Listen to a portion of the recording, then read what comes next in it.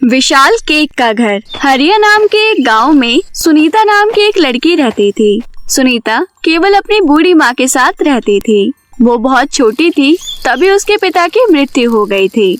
सुनीता की माँ की भी काफी उम्र हो चुकी थी। सुनीता अपना और अपनी माँ कौशल्या का पेट पालने के लिए अपने गांव में ही एक चाय की छोटी सी दुकान चलाती थी। ऐसे ही उसका जीवन बीत रहा था। ऐसे ही एक दिन सुनीता अपनी दुकान पर चाय बेच रही थी।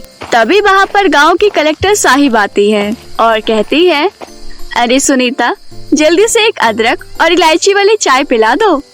नमस्ते मैडम, कैसी हैं आप? बस अभी मैं आपके लिए इलायची और अदरक वाली चाय बना देती हूँ।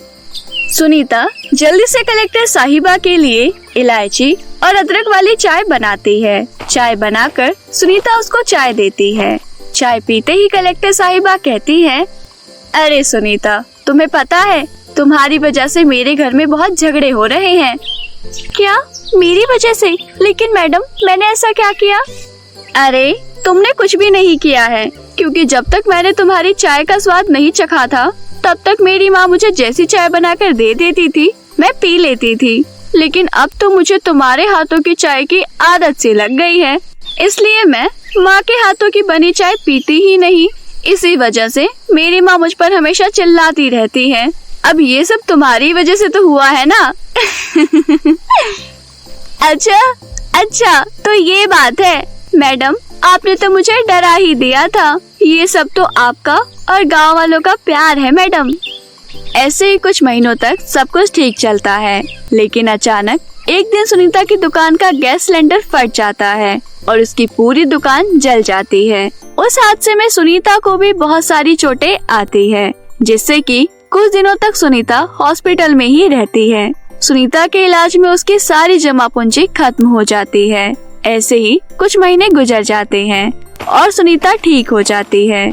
लेकिन अब घर की हालत बहुत खराब हो गई थी। 2 वक्त का खाना खाने के लिए भी उसके पास पैसे नहीं थे। उसने सोचा कि वो अपना काम दोबारा शुरू करेगी, लेकिन उसके पास निवेश के लिए पैसे भी नहीं थे, जिसके कारण वो अपनी दुकान दोबारा नहीं खोल पाई। सुनीता काम ढूंढने के लिए दूसरे गांव में जाती है। उसको वहाँ पर एक बेकरी में जॉब मिल जाती है, लेकिन उसे उस काम के लिए बहुत ही कम पैसे मिलते थे। फिर धीरे धीरे सुनीता केक बनाना भी सीख लेती है। एक दिन सुनीता की माँ सुनीता से कहती है, बेटी, मैं कैसी माँ हूँ, तेरी कोई मदद नहीं कर पाती। तो कब तक ऐसे अकेले मुझे संभालती रहेगी? मैं सोच रही हूँ कि मैं भी लोगों के घर में जाकर साफ सफाई का काम शुरू कर दूँ। नहीं माँ, ये तुम क्या कह रही हो? जब तक मैं जिंदा हूँ तुम्हें कोई काम करने नहीं दूंगी। देखना, हमारे अच्छे दिन बहुत जल्द आएंगे, बस हमें थोड़ा इंतजार करना पड़ेगा। अगले दिन जब सुनीता बेकरी जाती है तो वहाँ पर एक बहुत ही अमीर आदमी आता है और वो कहता है, यहाँ पर सुनीता किसका नाम है? जी, मेरा नाम ही सुनीता है। कल मैं जो केक लेकर गया था वो किसने बनाया था? जी, वो मैंने बनाया था। क्या हुआ, मुझसे कुछ गलती हो गई थी क्या? अरे नहीं, केक बहुत ही ज्यादा स्वादिष्ट था। मैं तो यहाँ एक बहुत बड़े केक का ऑर्डर देने आया हूँ। कल मेरे बेटे का जन्मदिन है, मुझे 10 किलो का बहुत बड़ा केक चाहिए।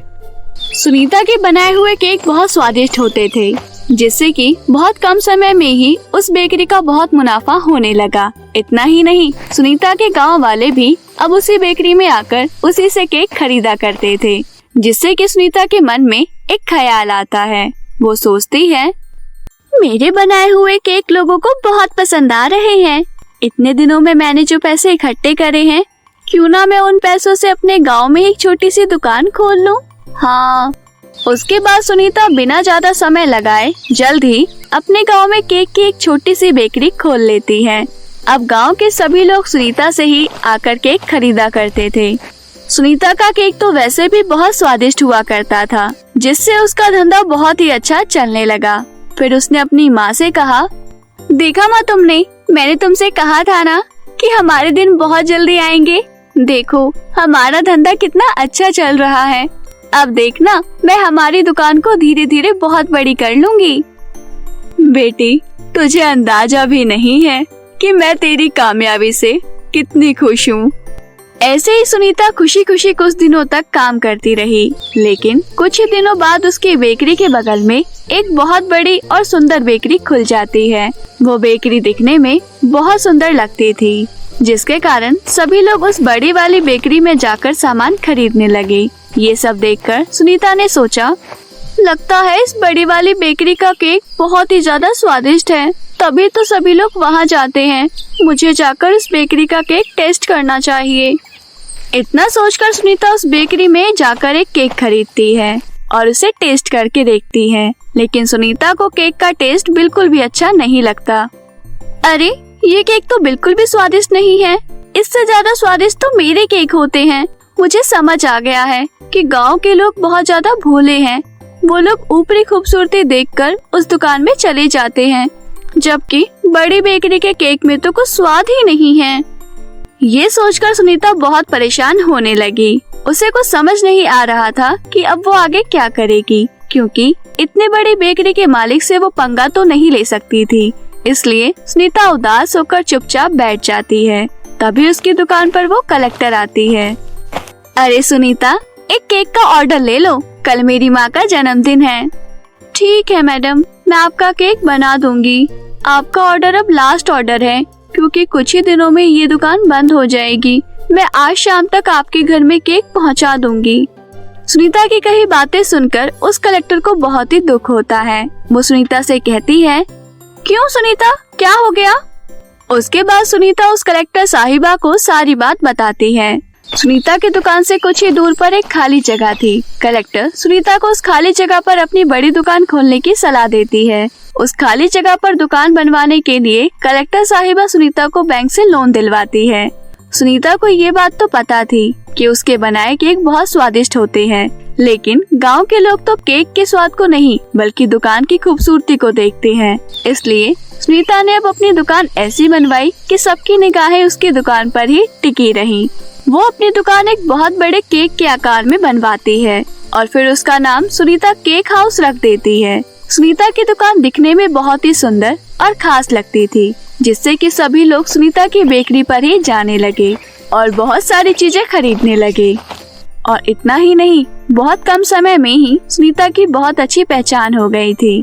इस तरह से सुनीता सिर्फ अपने गांव में ही नहीं, आसपास के कई गांव में भी अपना सुनीता केक हाउस खोल लेती है और कामयाबी के उस मुकाम को छू लेती है जिस मुकाम को वो छूना चाहती थी। वो अपनी माँ से कहती है, देखा माँ, तुमने, तुम्हारे आशीर्वाद से आज मैं तुम्हारे लिए वो सब कुछ कर सकती हूँ जो मैं पहले नहीं कर सकती थी। मैं बहुत भाग्यशाली हूँ बेटी, जो मुझे तेरे जैसी बेटी मिली। तो दोस्तों, इस कहानी से हमें ये सीख मिलती है कि हमें कभी भी हार नहीं माननी चाहिए, बल्कि हमेशा कोशिश करते रहना चाहिए। अगर आपको कहानी अच्छी लगी हो तो अपने दोस्तों के साथ जरूर शेयर करें। और हाँ दोस्तों, अगर आपने अभी तक हमारे मिंकी टीवी चैनल को सब्सक्राइब नहीं किया है तो जल्दी से नीचे लाल बटन दबाकर अभी सब्सक्राइब कर लें और साथ ही बेल आइकन को दबाना ना भूलें, ताकि आपको ऐसी नई नई कहानियाँ देखने को मिलती रहें। इसी के साथ आपसे विदा लेते हैं और मिलते हैं फिर किसी ऐसी नई सीख भरी कहानी के साथ। तब तक के लिए अपना ध्यान रखिए। धन्यवाद।